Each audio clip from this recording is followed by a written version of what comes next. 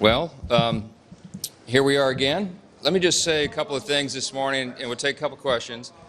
As Speaker of the House, it is my responsibility to lead the House of Representatives and to do what is right by the American people, and that's what we did today in two very important votes. The first was a common sense, very reasonable, nonpartisan effort to keep the government open. This is a very short 7-week holdover of government funding. We are going to allow more time for the appropriations process to continue. We have been working very hard here to get appropriations back to some semblance of regular order, and I'm proud of the work that the House has done, having passed 12 separate appropriations bills as the system is supposed to work, 3 off the House floor, 3 off the Senate floor. We voted to go to a conference committee to resolve the differences between those bills and to keep this process going. So the responsible thing to do was to keep the government open to allow a little more time for that to happen. So we put a short-term, very clean CR on the floor today that will allow just that. We did it early enough to allow our Senate colleagues to process this. Unfortunately, we didn't have, I think we only had one Democrat come along with us on that, and that's shameful in my opinion, because we could have turned this into a partisan measure, and we chose not to do that. We're trying to operate in good faith here. Now, Chuck Schumer and the Democrats issued a counteroffer, and the counteroffer is filled with poison pills and partisan demands that will break the system down, and Chuck Schumer knows that. He's trying to force, for example, and everybody at home needs to understand what Chuck Schumer is trying to do, is force $1.4 trillion in additional spending on the American people, a spending hike on a very short-term continuing resolution to keep the government open. He also wants to make sure, he wants to reinstate health care to be provided free by American taxpayers for illegal aliens. We're not going to do that either. He also wants to add $500 million to prop up left-leaning media organizations. We're not doing that either.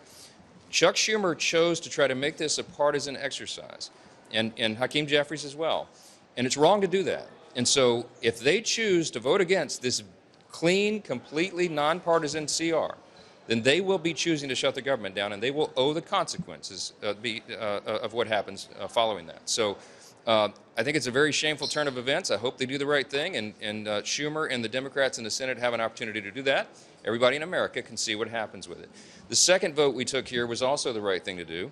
We passed a resolution to honor the life and legacy of Charlie Kirk, my late friend, the friend of so many in this chamber, and we called out political violence in America. In fact, I want to read with you the final line of this resolution because I think it's something that the American people are eager to hear. It says this, quote, "The House of Representatives calls upon all Americans to reject political violence, recommit to respectful debate, uphold American values, and respect one another as fellow Americans."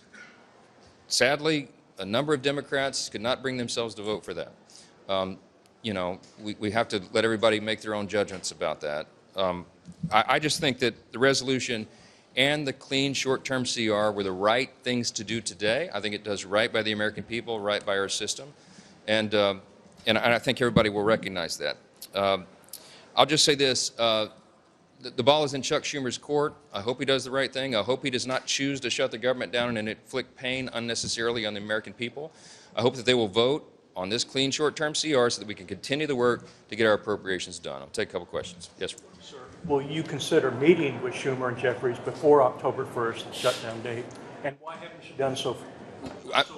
I'm always open to meeting with anybody to get our work done here, but there wasn't really much to discuss with Chuck Schumer because he decided and announced a while back that he was not going to go along for a clean short-term CR. Now remember, he's always voted on these in the past. He's never had a problem with it ever before.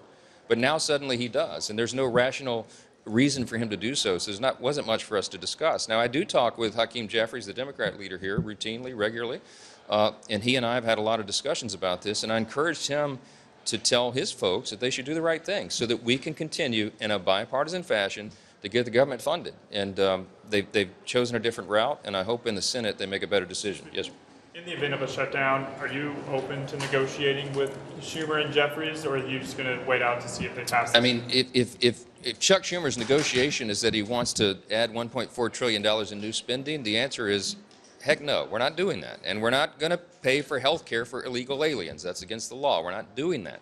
They're not being reasonable at all. A short-term CR is not a partisan exercise. We could have loaded this up with partisan provisions, but we're not doing that because we're governing in a responsible manner. I hope Chuck Schumer and the Democrats in the Senate will do the same. So we'll see. There was some talk about maybe the House leaving after today until after October 1st, the deadline. Do you plan to bring the House back next week, later, if the Senate doesn't pass this? We haven't made final decisions on that. There's a lot of discussion about it. The members have a lot of work to do in their districts as well, and so we're always trying to balance those interests, work here and work in the district. We'll figure that out. But I'll just tell you, if Chuck Schumer intends to shut the government down, I don't see an easy route out of that, and there's going to be a lot of pain, and a lot of people will suffer from that unnecessarily. Think of it. We would not be paying our troops at a time of very serious conflict around the globe.